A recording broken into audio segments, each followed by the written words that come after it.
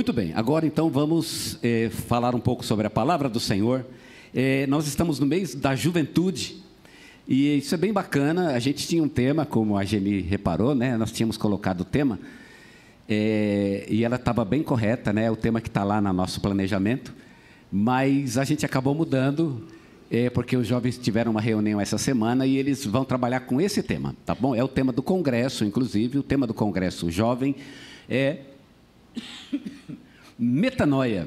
A palavra metanoia, ela significa conversão em grego. É uma palavra que está no Novo Testamento e ela significa mudança de mente. E a gente vai trabalhar então neste mês com esse tema, metanoia, uma mudança radical. E eu achei bem bacana esse tema, porque a vida com Deus, ela é assim, ela exige uma mudança radical. E você sabe que você só vai ter eficiência na sua vida com Deus e no seu relacionamento com Deus quando você entender que a mudança precisa ser radical. Deus, ele não opera, eu não vou dizer que Deus não possa trabalhar na vida de uma pessoa que muda um pouco. Eu acho que uma pequena mudança já é uma obra de Deus. Uma certa vez Jesus ele fez um milagre e o milagre mudou só um pouco. Vocês se lembram que ele curou um cego? E o cego, ele ficou meio cego. Ele abriu o olho e disse: eu estou vendo homens como se fossem árvores. A obra de Deus já tinha começado, né? Não vou dizer, mas então não aconteceu. Não, já teve uma mudança.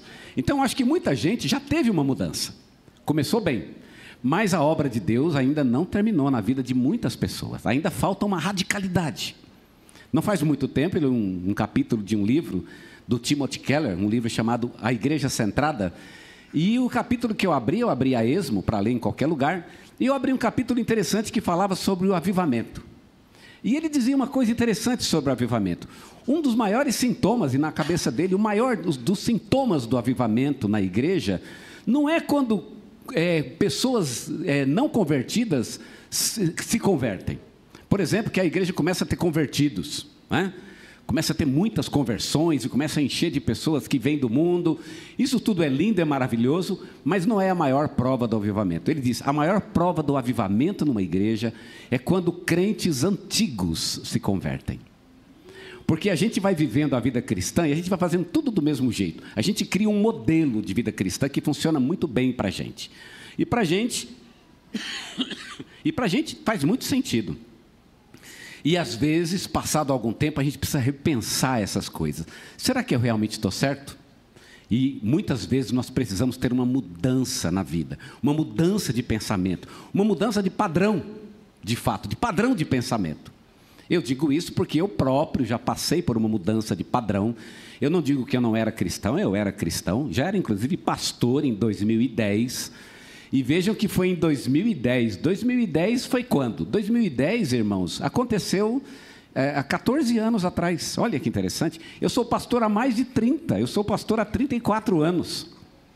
E isso aconteceu há 14 anos. Eu tive uma experiência muito radical. E uma mudança de vida muito radical. E eu vou dizer que muita coisa do meu relacionamento com Deus, não vou dizer que a vida ficou, né? Que ficou agora tudo é uma maravilha, finalmente alcancei, a gente não alcança nada, estamos sempre no caminho, mas uma coisa eu digo a vocês, aquela experiência que eu tive com Deus, ela foi realmente radical. Houve uma mudança, numa radicalidade que até então eu não tinha experimentado com Deus. Eu acho que Deus moveu a minha vida para uma experiência como aquela. Eu vejo que tudo que eu vivi, tudo que eu passei, foram me levando a uma experiência realmente muito radical com Deus, aonde de alguma forma os conceitos, os valores do Evangelho ficaram tão cimentados na minha vida que eu não consigo mais viver sem isso. É um negócio absolutamente impressionante na minha vida. Muitas vezes nós precisamos de uma experiência assim, uma mudança radical. E eu quero hoje pensar numa pessoa que viveu uma experiência assim. Ele era um crente, né? Não vou dizer um crente em Cristo, porque na época dele ainda não havia Cristo. Eu estou me referindo a Isaías, mas ele, no meio da trajetória, viveu uma conversão. Vejam que ele já era já era um frequentador da igreja, era um religioso, ele tinha a sua devoção a Deus, inclusive ele estava até no culto quando teve essa experiência com Deus, e no entanto, naquele momento, ele viveu uma experiência muito radical, uma experiência que transformou a sua vida como ele ainda não havia experimentado antes. Estou me referindo aqui a Isaías, capítulo 8, e eu quero ler os versículos 11 a 18.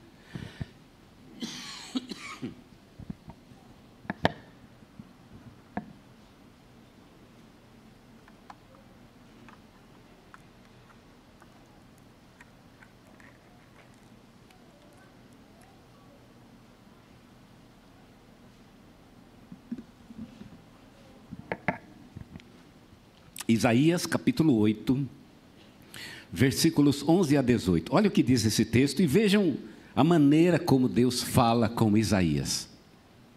E como Deus, ele coloca Isaías diante de uma nova perspectiva de vida, uma perspectiva que até então ele não tinha. Apesar de ser um servo de Deus e um homem religioso, mas até então ele ainda não tinha tido essa perspectiva. O verso 11 começa dizendo assim: pois assim o Senhor me falou, com a sua forte mão deitada em mim, e me admoestou a que não andasse pelo caminho deste povo, dizendo: não chames conspiração a tudo quanto este povo chama conspiração. Não temais aquilo que ele teme, nem por isso vos assombreis. Ao Senhor dos exércitos, a ele santificai. Seja ele o vosso temor, e seja ele o vosso assombro.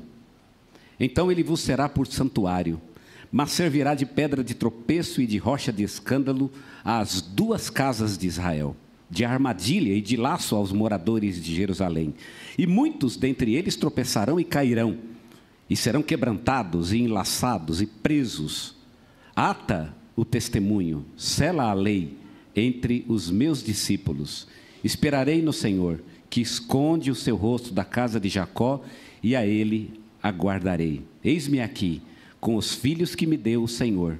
São como sinais e portentos em Israel, da parte do Senhor dos exércitos, que habita no monte Sião. Não sei se os irmãos repararam, mas é um diálogo que ele tem aqui com Deus. Ele começa falando a parte de Deus, e depois Isaías tem o momento em que ele toma a palavra e ele simplesmente diz: eis-me aqui. Isaías tem aqui um momento de conversão. Eu quero ler os versículos 11 e 12, que falam exatamente o que Deus quer dizer para Isaías acerca dessa conversão. Pois assim o Senhor me falou com a sua forte mão, deitada em mim, e me admoestou a que não andasse pelo caminho deste povo, dizendo: não chameis conspiração a tudo que este povo chama conspiração, e não temais aquilo que ele teme, nem por isso vos assombreis. E eu quero pensar um pouquinho com vocês sobre essa conversão pela qual Isaías passou.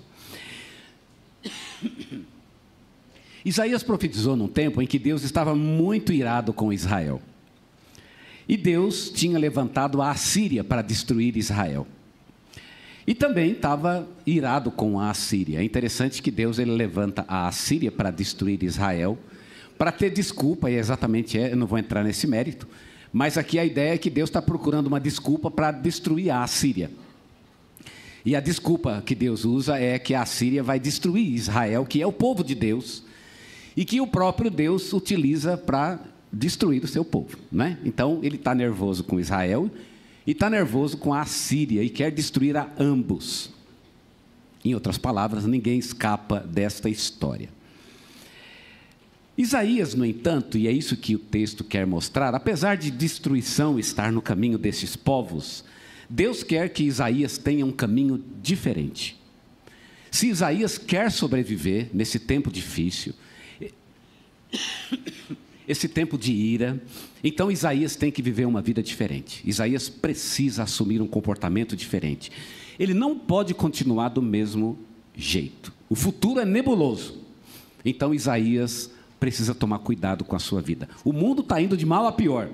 E se Isaías pretende viver uma vida diferente neste mundo, ele precisa tomar cuidado. Ele tem que construir uma vida diferente.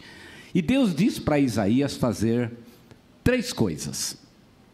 E eu quero transmiti-las então aos irmãos como 3 coisas que vocês deveriam pensar como veículos de conversão na vida de vocês.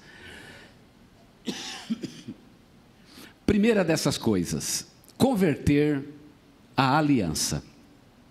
O que é converter a aliança? O verso 12 ele diz, não chame de conjuração, a palavra aqui é conjuração no original. Não chameis de conjuração, essa é a tradução da Corrigida Fiel, e está certinha essa palavra, não chame de conjuração. O que é conjuração? Conjurar significa falar junto com alguém. Conjurar é dizer a mesma coisa que alguém diz, e que, portanto, é fazer aliança com alguém. Não chame de conjuração ao que esse povo chama de conjuração. O que é conjuração? Conjuração significa, então, estabelecer relacionamentos, alianças. O que Deus está dizendo para Isaías é que Isaías tem que tomar cuidado com aquilo que ele faz aliança. Deus está dizendo para Isaías, Isaías, não faça aliança com aquilo que o povo faz aliança.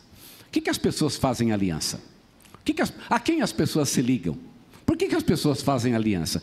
Eu acho que as pessoas fazem aliança porque elas têm medo de alguma coisa, ou querem alguma coisa, né? Algum tipo de proveito mútuo. Então existe uma espécie de aliança, a sociedade faz alianças. E Deus diz agora para Isaías, Isaías, veja o que o povo faz como aliança, você não vai ter essas mesmas alianças. O que Deus quer dizer aqui para Isaías? Ele quer dizer exatamente, irmãos, de que a gente precisa tomar cuidado com o tipo de aliança que a gente faz neste mundo. Quais são as suas alianças? A que você é fiel? E essa é a questão que Deus está colocando diante de Isaías. A que você é fiel? Eu já falei aqui para os irmãos, numa outra ocasião, que eu acredito que não vale a pena a gente ser fiel a muita coisa. Se você for fiel a muita coisa, você vai ter muito trabalho na sua vida, né? Quem é fiel a muita coisa tem que prestar atenção a muita coisa. Tem que ficar muito atento o tempo todo a muita coisa, e ninguém consegue ficar o tempo todo a muita coisa. Então, qual é o segredo? Qual é a solução? A solução é que a gente faça aliança com pouca coisa, para que você fique atento a poucas coisas. Reduza a sua vida àquilo que é importante e faça aliança com aquilo que é importante. O que merece o seu juramento? O que merece? E aí Deus coloca esse desafio diante de Isaías. Isaías, cuidado com não empenhe a palavra tão facilmente diante de qualquer um. Tem causa, tem gente, tem projeto que não merece o seu juramento. Não jure muito facilmente, não. Tome cuidado com juramentos. Aqui, porque é exatamente a palavra conjurar, né? Não faça conjuramentos, ou seja, não assuma alianças, compromissos muito facilmente. Escolha causas realmente nobres, o que realmente vale a pena. Faça uma aliança com aquilo que vale a pena. Então, o que significa esse tipo de conversão? O primeiro nível de conversão aqui significa que a gente precisa primeiro definir a que a gente vai ser fiel.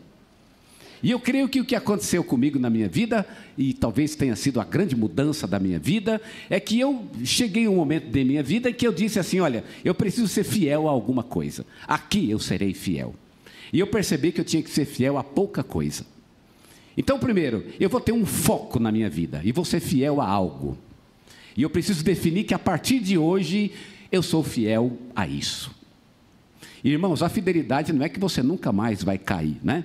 O pastor, depois de 2010, ele nunca mais caiu.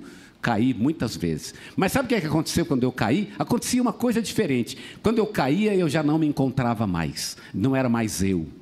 Porque eu estou fora do meu ponto de equilíbrio. O ponto de equilíbrio é aquilo para o que eu sou fiel, para o que eu vivo.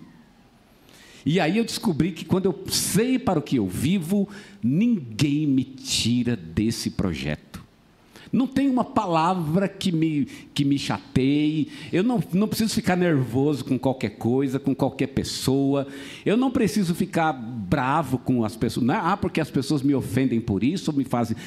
Eu descobri que se eu sou fiel àquilo que sou fiel, e eu tenho certeza que estou sendo fiel ao meu propósito, então ninguém me tira desse propósito. É para isso que eu vivo. Eu vivo para isso. Então não há como alguém me tirar essa ideia da mente. Você precisa entender e precisa definir e decidir a que você é fiel. A que você é fiel, na verdade?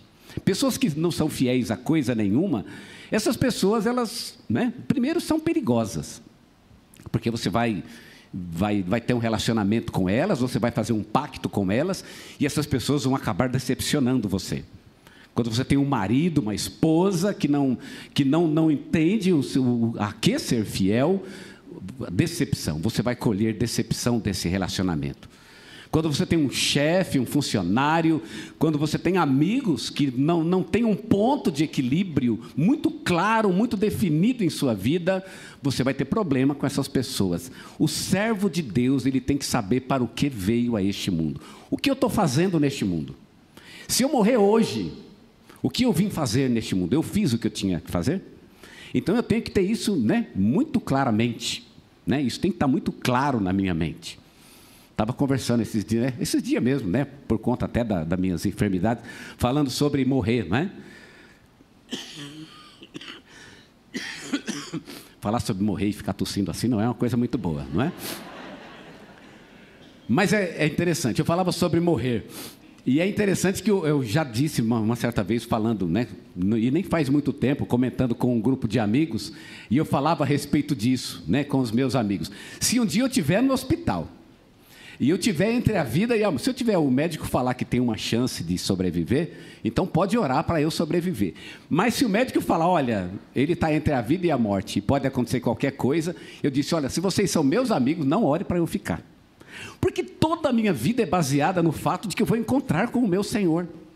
Irmãos, isso é óbvio na minha cabeça. É para isso que eu vivo, toda a minha vida é orientada por isso.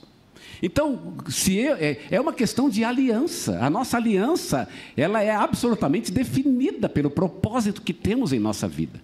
Então, nós como servos de Deus, a gente tem que saber para o que a gente vive. E sabe que isso ajuda e facilita muito? Você que é jovem, a gente está no mês dos jovens, jovem, pensa nisso.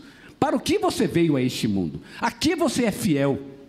Seja fiel a causas que realmente merecem a tua fidelidade. Não é que você vai ser, inerrante, infalível, não. Mas quando você começar a desviar do caminho, você tem um termômetro que logo te avisa. O nosso termômetro, eu tive febre, essa semana, várias vezes, inclusive. Aliás, estou tendo febre desde terça-feira. E é interessante que a temperatura sobe 1 grau, o teu corpo já sente, não é verdade? Já começa a dar um arrepio, 1 grau, você começa a sentir um negócio diferente, 1 grau. Irmão, se você, 1 grau que você desvia do seu propósito, você começa a sentir que, não, alguma coisa está errada com a minha vida, eu tenho que voltar. Porque tem gente que perdeu esse equilíbrio, ele desvia 10 graus, 20 graus, ele desvia completamente e muitas vezes não tem consciência daquilo que fez. E isso é conversão. Conversão é você definir exatamente qual é o propósito, qual é a aliança que merece a tua fidelidade. O que merece a tua fidelidade? É isso que Deus está propondo para Isaías. Isaías, não seja fiel ao que este povo é fiel. Busque outra fidelidade. Você é outra coisa. Seja fiel a que realmente merece a tua fidelidade. A segunda conversão que Deus aqui propõe para Isaías é uma conversão do medo ao temor. Não tenha medo, tenha temor. Medo ao temor. Ele diz, não tema o que esse povo teme. Aqui no original é, não temais o seu temor. Isaías tinha que pensar e fazer uma avaliação do que eu tenho medo. Quais são os meus medos? Pois é, a conversão é converter o medo. Aquilo que o povo teme, eu não vou temer mais. O que o mundo tem medo? Eu não tenho medo disso. Eu vou fazer uma mudança de pensamento. O que a sociedade tem medo? Não é isso que eu tenho medo. Meu medo é outro. Meu medo é outro. Às vezes tem que tomar até cuidado, né? Precisa tomar cuidado com os medos. Ontem mesmo estava acontecendo um assalto lá, né? Na porta na porta da garagem. Aí eu ia sair de carro, eu vi que estava na porta da garagem, ainda bem que a porta estava fechada. Eu subi e fui para a recepção. E aí pedi para abrir a porta. Rapaz, dá para abrir para eu sair? Ah, mas está tendo um assalto. Mas o assalto está na garagem, né? Não está aqui na porta a porta está livre, né? Eu saio. A garagem é para cá, eu saio para cá. Não vai, é melhor não deixaram eu sair, né? Não permite. Mas precisa tomar cuidado. Sabe por quê, irmãos? E eu fiquei até feliz, sabe por quê? Não é medo, eu não tenho medo. Fico feliz com isso. A gente precisa converter o medo. Do que você tem medo? Qual é teu medo? Porque você tem que tomar cuidado para você. Muitas vezes tem o mesmo medo que as pessoas do mundo têm. O que as pessoas do mundo temem? O que elas temem? Não é o que eu temo. Eu preciso ter na minha mente que o que esse mundo tem medo não é o que eu tenho. O meu medo, não é que eu não tenho medo, tenho. Jesus não disse para ninguém, né? Ninguém é tipo Indiana Jones, que não tem medo de nada, não. Nós temos medo, mas a gente sabe o que temer. O que merece o meu medo? Porque tem muita coisa que não merece o meu medo. E Jesus deu uma dica para a gente no Evangelho, quando ele diz, não temam aquele que pode matar o corpo, mas não pode fazer nada mais do que isso. Temam aquele que pode fazer perecer no inferno, tanto o corpo quanto a alma. Eu não quero aqui entrar no mérito, né, de quem é aquele que pode fazer perecer no inferno, tanto o corpo quanto a alma, mas já fica uma dica. Eu tenho medo, sim. Eu tenho medo de ir para o inferno. Isso eu tenho medo. Realmente eu perco o sono. Isso realmente me provoca um terror. Esse é meu medo. Do que você tem medo? Então Deus aqui coloca diante de Isaías essa conversão do medo, né? Isaías, deixe de ter medo daquilo que não merece o teu medo. Mude o medo, tenha medo de outras coisas. E é interessante que Deus diz, quer ter medo de uma coisa? Tenha medo de mim. Tenha medo de mim. Isaías tinha que ter medo de Deus. Aí sim, tenha medo de Deus. Quer saber do que você tem medo? Você tem medo de Deus. Eu tenho temor de estar na presença de Deus. Eu tenho medo, porque eu sei que Deus realmente é poderoso. Eu sei do que Ele é capaz. Eu sei que Deus é um Deus misericordioso, mas eu também sei da sua justiça. Deus merece o nosso medo. E aqui uma conversão, inclusive, né? Mais do que o medo, um temor. E por fim, Deus pede aqui, coloca diante de Isaías, uma conversão de adoração.